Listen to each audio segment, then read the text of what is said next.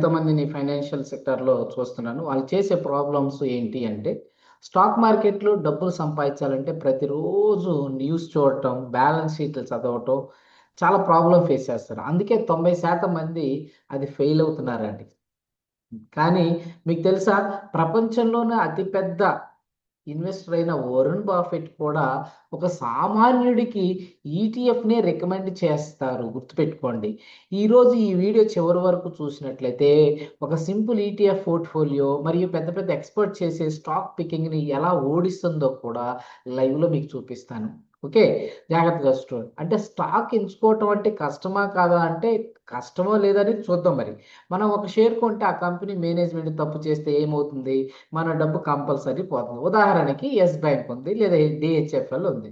ఇదేమవుతుంది ఆటోమేటిక్‌గా down fall అవుతుంది. కానీ ఎప్పుడైతే ఈటీఎఫ్‌లో అంటే ఒక వ్యక్తి మీద కాదు.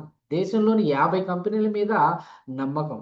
ఒక కంపెనీ ఫెయిల్ అయితే ఆ ఇండెక్స్ ఆ కంపెనీని తీసేసి ఇంకో మంచి కంపెనీని పెడుతుంది. అంటే ఇది మీకు తెలిసిందే కదా! అంటే ఇక్కడ మీరు చూడాలా అది ఆటోమేటిక్‌గా ఫిల్టరింగ్ జరుగుతుంది. జాగ్రత్తగా చూడండి. పెద్ద పెద్ద మ్యూచువల్ ఫండ్ మేనేజర్‌లు కూడా 80% సమయాల్లో ఈటీఎఫ్‌ని ఓడించలేకపోతున్నారండి. ఎందుకు అంటే వారి ఫీజులు ఎక్స్‌పెన్స్ రేషియో ఎక్కువ. మరి ఈటీఎఫ్‌లో ఖర్చు చాలా తక్కువ. ఈ మిగిలిన 1%, 2% అనేది మనకు లాంగ్ టర్మ్‌లో చాలా డబ్బుల్ని తీసేస్తుంది. గుర్తుపెట్టుకోండి.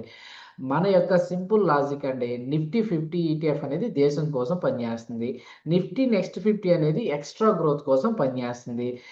గోల్డ్ ఈటీఎఫ్ అనేది కానీ, సిల్వర్ ఈటీఎఫ్‌లు కానీ రిస్క్ తగ్గించడానికి పనిచేస్తుంది. ఇదొక్కటే గుర్తుపెట్టుకోండి. మీకు 50 స్టాక్స్ అవసరం లేదు. కానీ ఈ 3 రకాల ఈటీఎఫ్‌లు ఉంటే చాలు. ఇది నా ఫ్రీడమ్ ఫౌండేషన్ కోర్సులో నా యొక్క పోర్ట్‌ఫోలియోలో మీకు చూపిస్తాను. అయితే ఇప్పుడు గుర్తుపెట్టుకోండి. ఈ వెహికల్ రూల్ అనేది ఎవరైతే ఇంటారో వాళ్ళు ఆటోమేటిక్‌గా చాలా లాభాలొస్తాయండి. ఇప్పుడు సింపుల్ పోర్ట్‌ఫోలియో మరింత పవర్‌ఫుల్‌గా మార్చేదేంటంటే వెహికల్ రూల్ అండి. మార్కెట్ పడినప్పుడు ఆటోమేటిక్‌గా ఎక్కువ యూనిట్లు కొనే పద్ధతిని పాటిస్తే మీ రిటర్న్స్ 12% నుంచి 18%కి ఎలా పొందుతాయో కూడా చూడొచ్చు మనం. కాంప్లెక్స్‌గా ఆలోచించండి. సింపుల్‌గా ఉండండి. మీరు మీ ఫ్యామిలీకి టైమ్ ఇవ్వండి. మీ ఉద్యోగం చూసుకోండి. మార్కెట్‌ని చూసుకునే బాధ్యత ఈటీఎఫ్ చూసుకుంటది. ఈ సిస్టమ్‌ని పూర్తి స్థాయిలో నేర్చుకోవాలంటే మీరు నా వెబినార్‌కి అటెండ్ అవ్వండి. కింద లింక్ ఉంది. లేదా వాట్సాప్ కమ్యూనిటీ ఉంది. ఓకే. Thank you.